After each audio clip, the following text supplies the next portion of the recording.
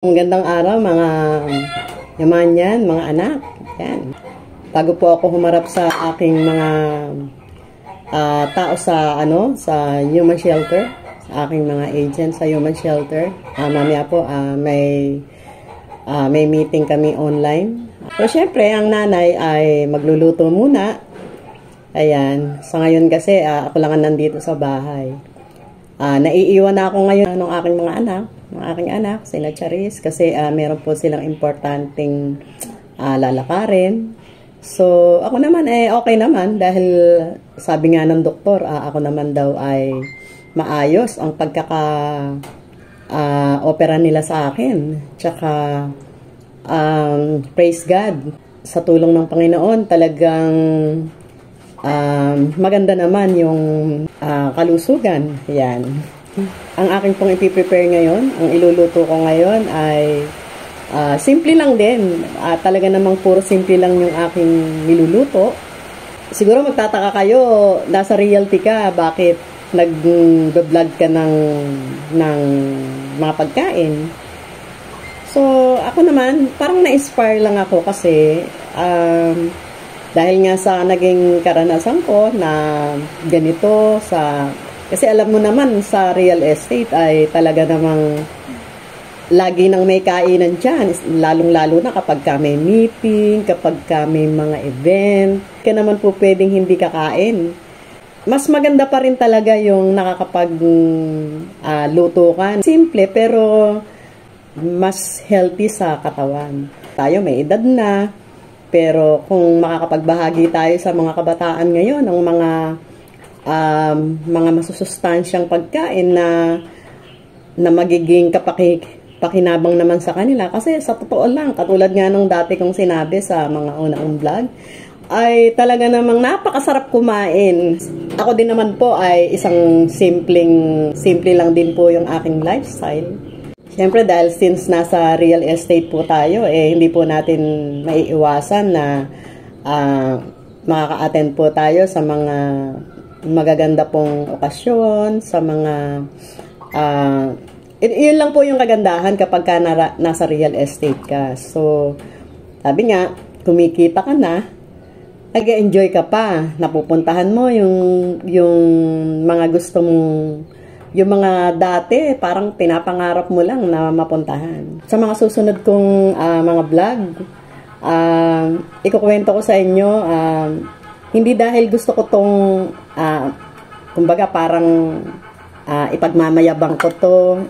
Hindi, sabihin na po natin na very thankful po talaga ako unang-una kay Lord dahil i-guide niya po ako sa trabaho na to para nga po, katulad nga po nitong pagkaka-opera ko, kung ako po ay dating simpleng nanay lang dati, baka hindi ko po ma-afford. Yun pong binayad po namin sa ospital, pero since God is good all the time, talaga naman pong pinrepair niya po ako para naman sa mga ganitong sitwasyon ay mas madali ko pong tinulungan niya po ako na maiprepara itong matagumpay na operasyon na to. At lahat po ng mga blessings na natatanggap ko ngayon, sa akin pong family, sa akin pong career, sa akin pong siguro wala na po akong mahihiling pa, kundi sobrang thankful po talaga ako at makapagbahagi po ako sa inyo ng ganitong pong klaseng o sana naman ay makapagbigay po ako ng inspirasyon sa inyo, lalo na po doon sa mga tao na nangangarap na hindi man ganun maging mayaman, pero ibig sabihin maging magaan ang buhay. Hindi lang naman po ito sa material na bagay, kundi yun po, meron po tayong peace of mind. Yan. So ayan guys, ito po ang akin pong iluluto ngayon ay simpleng-simple na ginisang kalabasa with sitaw with tofu. Yan. Unahin muna natin pirituhin yung tofu. Mas masarap yan, mas malutong, mas maganda ang kalalabasan yan kapag ginisa na natin. Haluin lang natin para pantay yung pagkakaluto niya.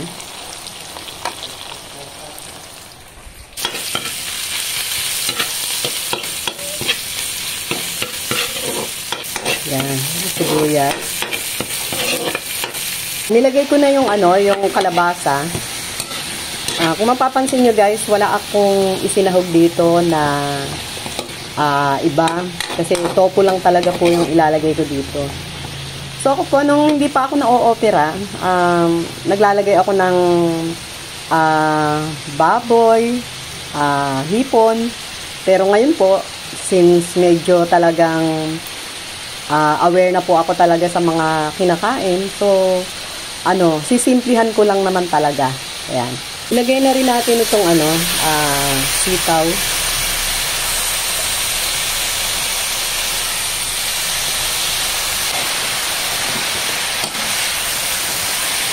Ayan. Lalagyan ko ng konting sabaw siya. Guys, naglagay lang ako ng konting asin. Ito lang ang aking panimpla. Tapos, paminta. So guys, ngayon po, ang lakas-lakas ng ulan. Kaya, ayan na naman. Mukhang may bagyo na naman. So ayan guys, lalagay na natin yung ating tofu. Ayan. Konting kulo na lang to.